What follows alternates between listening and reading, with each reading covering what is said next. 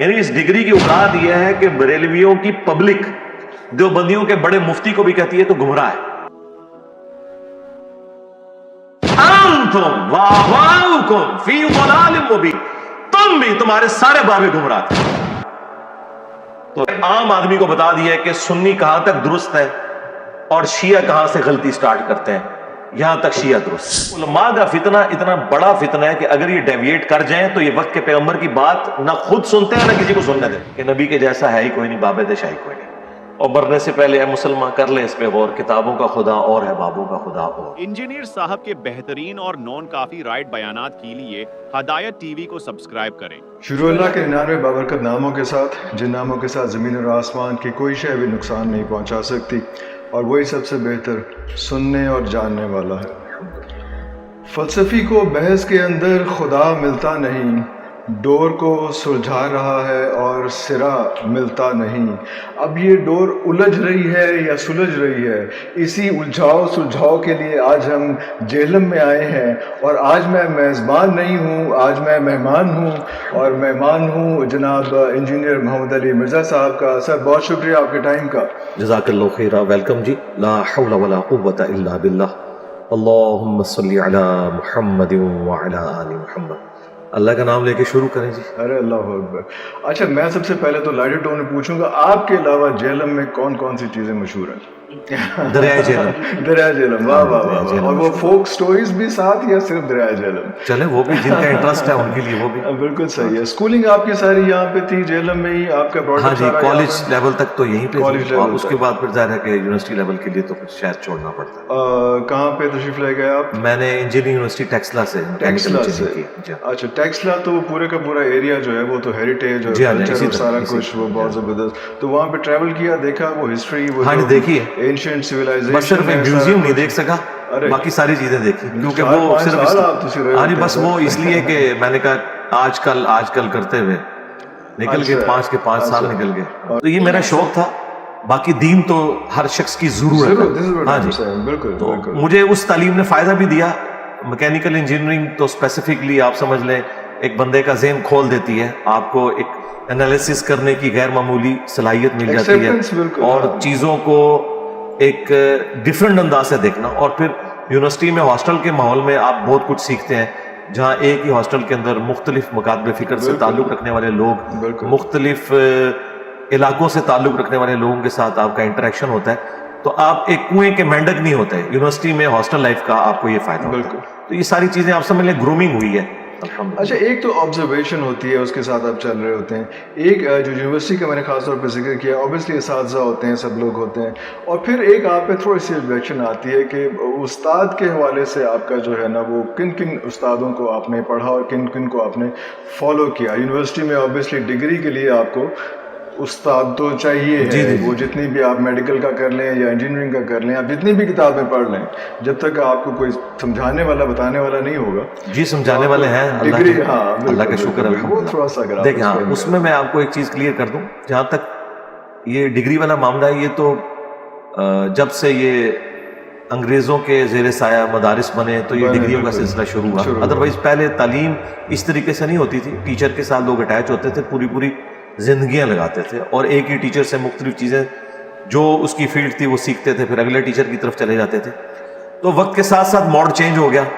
جس طرح صحابہ کرام کا جو سورس آف لرننگ تھا وہ نبی علیہ السلام کو دیکھ کر تھا، تابعین کا صحابہ کرام کو دیکھ کے تھا، اور ان سے نبی علیہ السلام کی باتیں کریم کر کے تھا. ان کے پاس ریٹن فارم میں نبی علیہ السلام کی احادیث نہیں تھی. یہ تو آ کے 3 صدی ہجری میں لکھی گئی ہیں. آج ہمارے پاس ریٹن ریکارڈ ہے. یہ وہ ریکارڈ ہے جس سے وہ لوگ استفادہ نہیں کر سکے. تو ایک ڈیفرنٹ موڈ. اب اس سے بھی اگلی ویلیو ایڈیشن ہوگی ہے ویڈیوز کی شکل میں. تو جہاں تک اس ماحول کا تعلق ہے جو دینی اعتبار سے، تو میں بچپن ہی سے یعنی علماء کی تقریر سننا، ان کے پاس بیٹھنا، ان سے سوالات کرنا، اور اس کے بعد یعنی ایک جنون کی حد تک.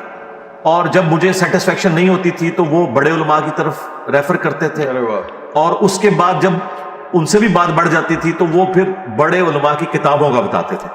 تو میں نے الحمدللہ جب 2001 میں انجینئرنگ یونیورسٹی سے فارغ ہوا تو میں نے بخاری اور مسلم پوری مکمل شرح کے ساتھ پڑھی. ہاں جی.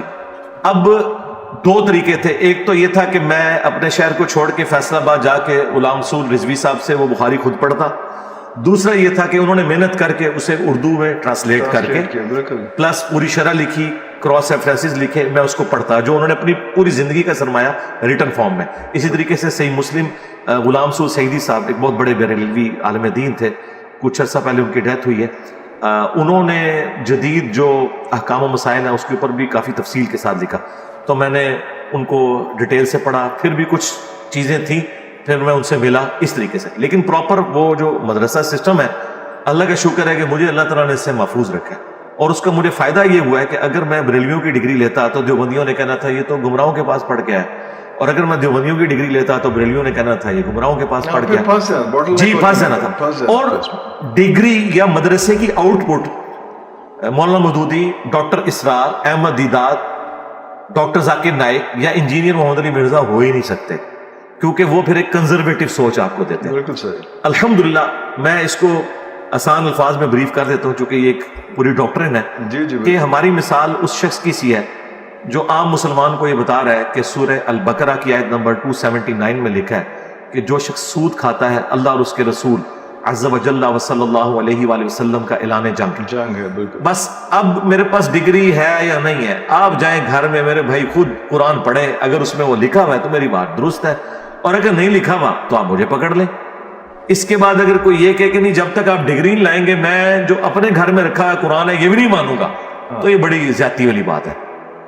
ڈگری کے بارے میں قرآن میں اللہ تعالیٰ نے فرمایا کنتم خیر امت اخرجت للناس تأمرون بالمعروف وتنہون عن المنکر وتؤمنون باللہ. تم بہترین امت ہو جو لوگوں کے نفع کے لیے نکالے گئے, لوگوں کو نیکی کا حکم دیتے ہو اور برائی سے روکتے ہو. اور بخاری میں تو یہاں تک آیا بلغوا عنی ولو آیا, پہنچا دو میری طرف سے, خواہ تمہیں ایک آیت ہی آتی ہو نا پہنچا دو. اچھا, نبی علیہ السلام نے کسی ڈگری کی بات نہیں کی, اس کی وجہ یہ ہے کہ کوئی شخص بھی پرفیکٹ نہیں ہو سکتا. مثلا آج ہمارے پاس جو بڑے علماء ہیں, مفتی تقی عثمانی صاحب یا مفتی منیب الرحمان صاحب, ان لوگوں سے اگر آپ سائنس کے اوپر بات کریں تو قرآن میں تو 1000 سے زیادہ آیات سائنس سے متعلق ہیں, تو وہ آپ کو خود ریفر کریں گے کہ بھائی یہ ہماری فیلڈ نہیں ہے.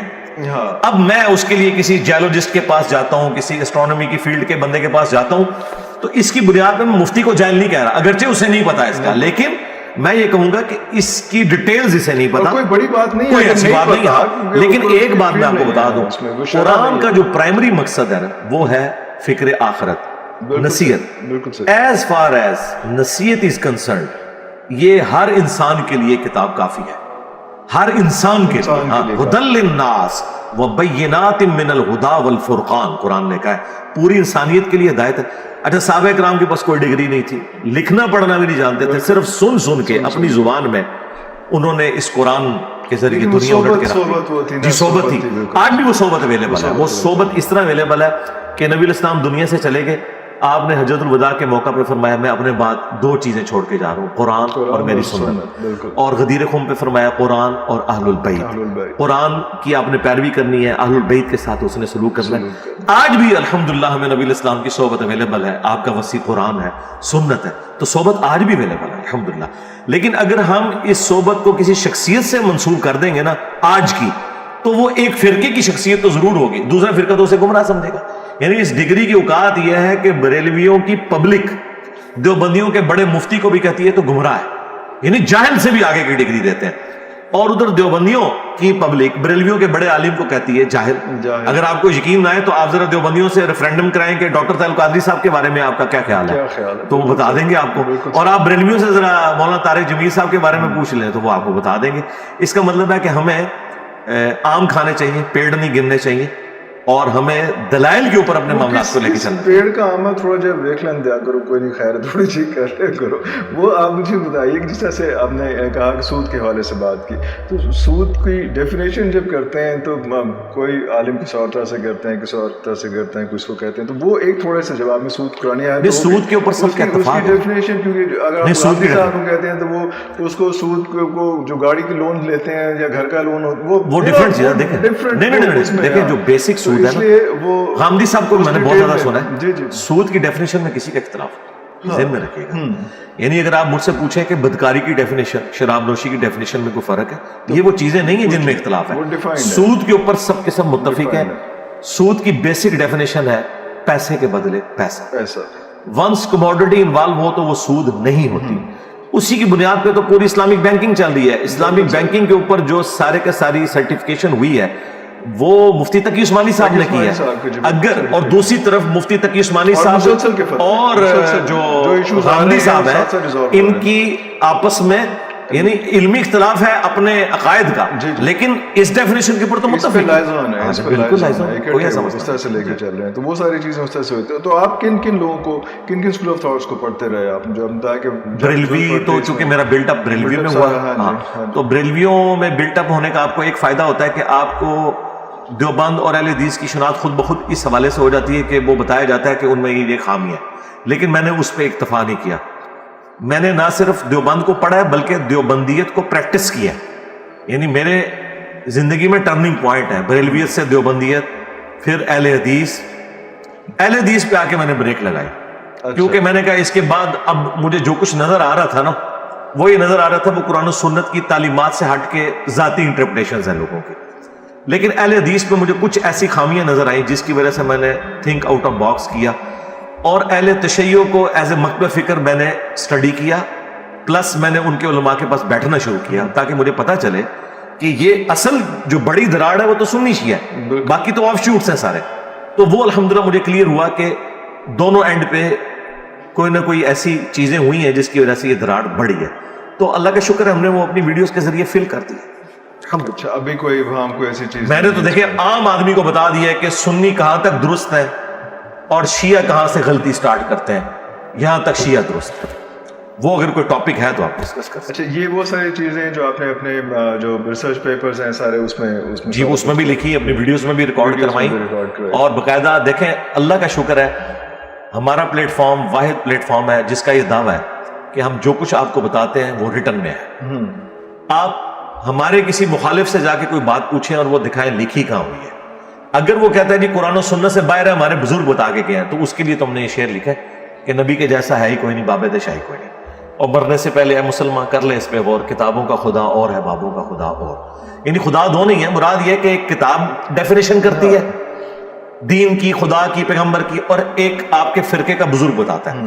اگر وہ کوئنسائڈ کر جائے تو آپ مان لیں. اور یہ جو بابے ہیں اتنا بڑا فتنہ ہے کہ حضرت عیسیٰ ابن مریم جو خود یہودی النسل تھے, انہیں بنی اسرائیل نے, یہودیوں نے پیغمبر ماننے سے انکار کر دیا اپنے علماء کی وجہ سے. حالانکہ نبی الاسلام کے کیس میں تو چلے ایک بہانہ تھا کہ بنو اسماعیل سے آ گئے, حضرت عیسیٰ ابن مریم تو آئے بنی اسرائیل سے تھے, لیکن انہوں نے ماننے سے انکار کر دیا. اور وہ انکار کرنے والے کوئی ایتھیسٹ نہیں تھے, کوئی ہندو نہیں تھے, کوئی بدھسٹ نہیں تھے, وہ ان کے ہم مذہب تھے, موسیٰ علیہ السلام کے ماننے والے علماء تھے. یعنی علماء کا فتنہ اتنا بڑا فتنہ ہے کہ اگر یہ ڈیویٹ کر جائیں تو یہ وقت کے پیغمبر کی بات نہ خود سنتے ہیں نہ کسی کو سننے دیتے. ہاں, ہمارے نبی علیہ السلام کے ساتھ بھی تو علماء یہود نے یہی کیا نا. انہوں نے سارا یہ ہنگامہ جو مدینہ شریف میں کھڑا ہوا ہے یہ کسی کرکٹر نے یا اسکواش کے پلیئر نے تو نہیں کیا, علماء یہود نے کیا جو خدا کی کتاب کے وارث سمجھتے تھے. اور کچھ عرصہ پہلے تک تو سورہ البقرہ میں آیا کہ جب تک نبی آئے نہیں تھے یہ ان کے وسیلے سے اللہ سے دعائیں کرتے تھے کہ وہ آخری نبی آئیں. وسیلے سے مراد یہ کہ وہ آئیں اور ان کے ذریعے ہم اپنے دشمنوں پر غلبہ پائیں. اور جب نبی علیہ السلام تشریف لائے تو وہ ان کے مخالف ہو گئے, جادوگر کہنا شروع کر. ہاں بالکل ایسے. اچھا, جادوگر کے حوالے سے ایک اور چیز ہے جو آپ دیکھتے ہیں کہ اللہ تعالیٰ نے جب حضرت موسیٰ کو فرعون کے پاس بھیجا اور کہا کہ اس کو راہ راست پہ آنے کے لیے اس کو کہیں, ساتھ ان کو کہا کہ آواز دھیمی رکھنا, ذرا احتیاط نرمی سے گفتگو کرنا. تو وہ سلسلہ وہ آپ کے پاس تھوڑا سا جو ہے نا وہ مجھے لگتا ہے کہ تھوڑا نہیں کوئی نہیں ہے. دیکھیں ہم نے آپ سے کوئی سختی سے گفتگو میں کی ہے, میرے نام نہیں کہا, نہیں میں کسی سے بھی نہیں کرتا. دیکھیں اب یہ دو چیزوں کو آپ نے مکس نہیں کرنا. دیکھیں دو چیزیں, ایک ہے کہ گفتگو کرنا, ایک ہے پوسٹ کا تقاضا, لیکچر کا تقاضا.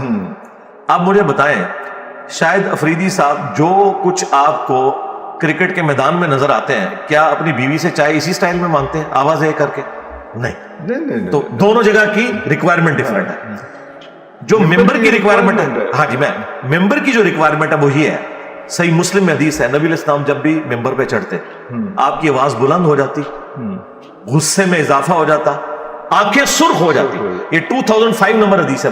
یوں لگتا جیسے کوئی جرنیل اپنی فوج کو تیار کر رہا ہے. Fair enough. تو یہ جو آپ میری ویڈیوز دیکھ رہے ہیں نا, یہ میرے ممبر کی ریکوائرمنٹ. اچھا, اب آگے مجھ سے گفتگو یا پرسنل میٹنگ میں, تو یہ معاملہ بالکل ڈیفرنٹ ہے.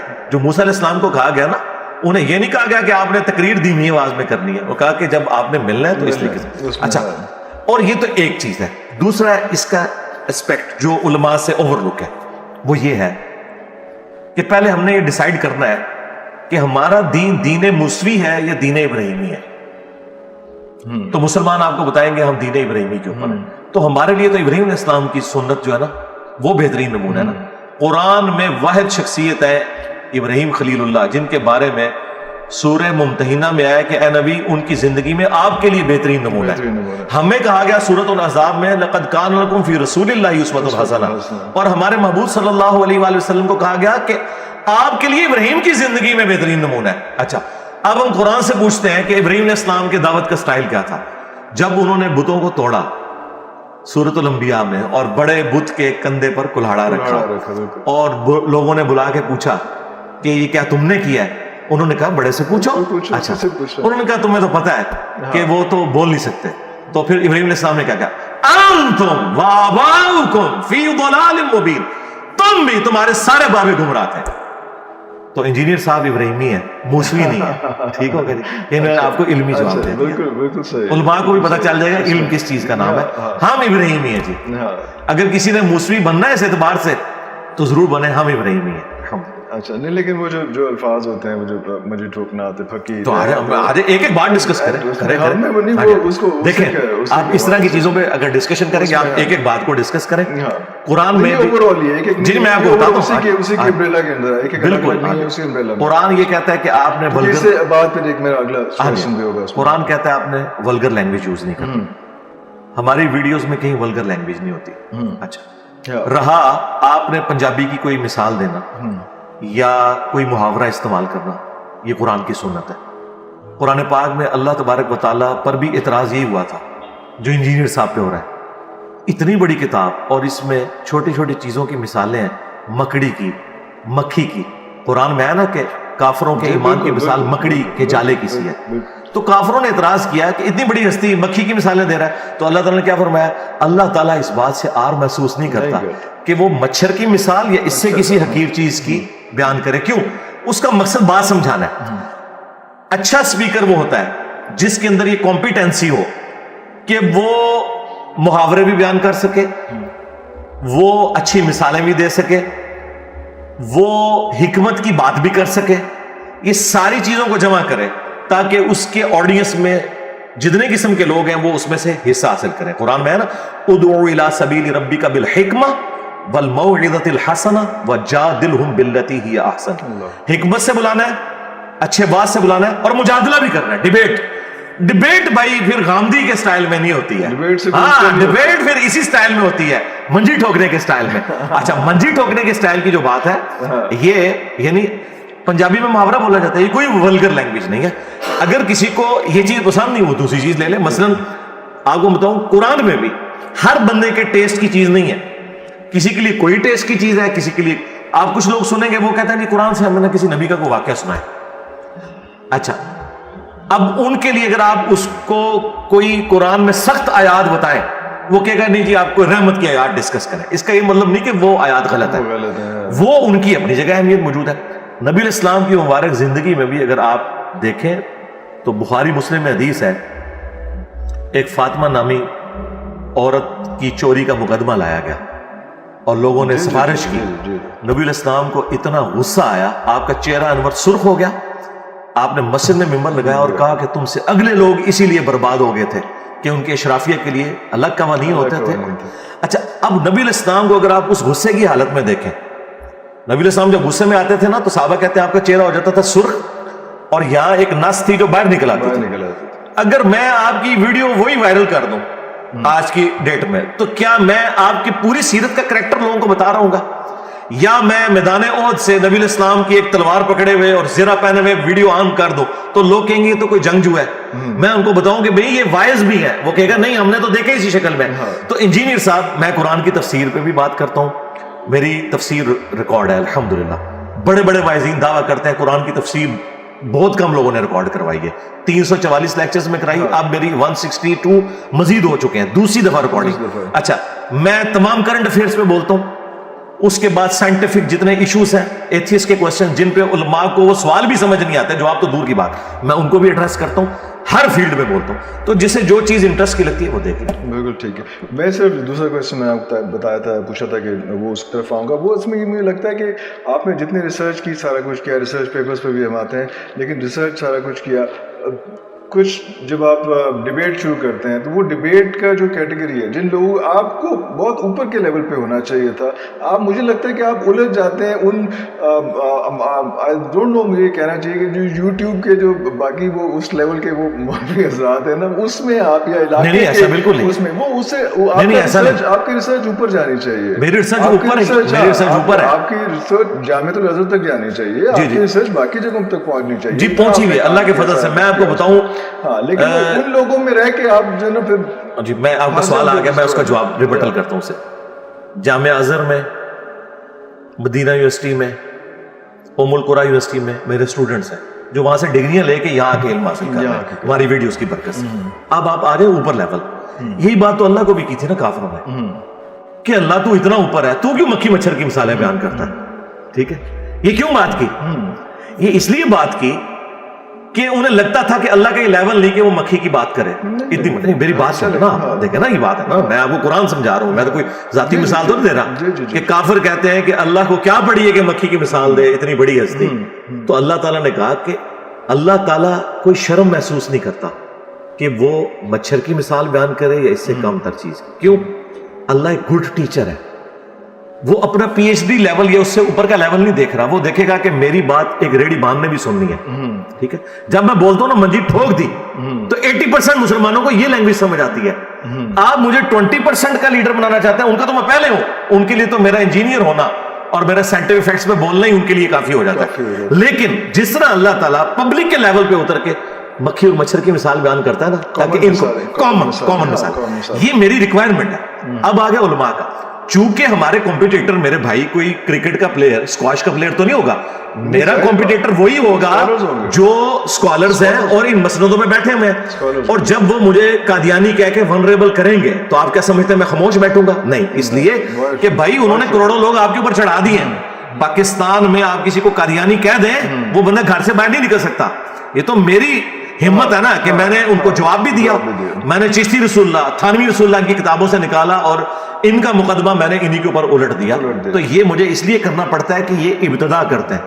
میں نے 10 سال تک کوئی ویڈیو ایسی ریکارڈ نہیں کرائی جس میں میں نے یہ لکھا اور ریپلائی ٹو فلاں. ایون آج تک کسی عالم کی تصویر بھی تھم نیل پہ نہیں لگائی تھی. یہ جب انہوں نے 2017-18 میں میرے پہ الزامات لگائے نا, تو پھر میں نے ریبٹل کرنا شروع کیا. اس وقت تک میں 10 سال میں اپنا سارا کام کر چکا تھا. آج بھی دیکھیں, آج میری ویڈیو ریکارڈ ہوئی ہے, حماس کا جو اٹیک ہوا ہے, میں نے پوری کی پوری ہسٹری بیان کی ہے.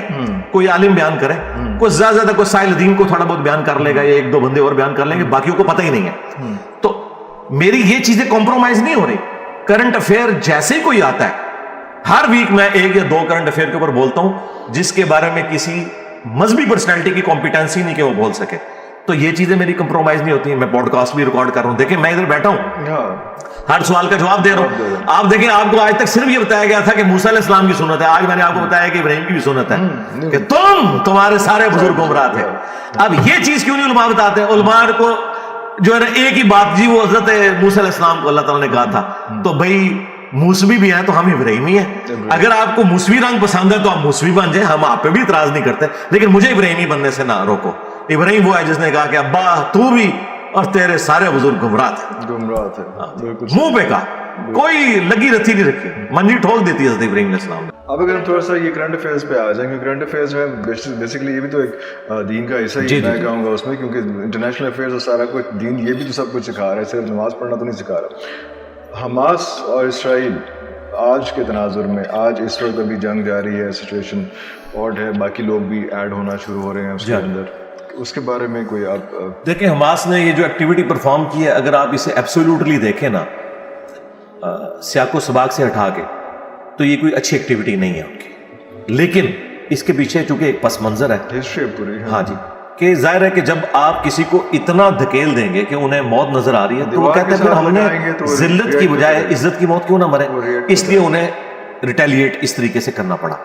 اب نیچرل اس کا رزلٹ وہی نکلا کہ آج امریکہ بھی، یورپ بھی، انڈیا بھی سب اسرائیل کے پیچھے کھڑے ہیں، اور مسلمان ملکوں میں سے کسی کی بھی جرت نہیں، مسلمان امت کے محبوب ترین لیڈر طیب اردگان، ان کی بھی جرت نہیں ہو سکی، انہوں نے بھی کہا کہ جی مل بیٹھ کے مسئلے کو حل کریں، وہ بھی نہیں جرت دکھا سکا۔ ظاہر ہے کہ جی کون، یعنی طاقتور کے خلاف بولنا بڑا مشکل کام۔ صرف ایک ایران کی سٹیٹمنٹ آئی ہے جو انہوں نے ڈنکے کی چوٹ پہ کہا ہے کہ بین الاقوامی جو قوانین ہیں ان کے مطابق حماس نے جو بھی ایکٹ کیا ہے یہ بالکل ٹھیک کیا ہے، ایسا ہی کرنا چاہیے تھا۔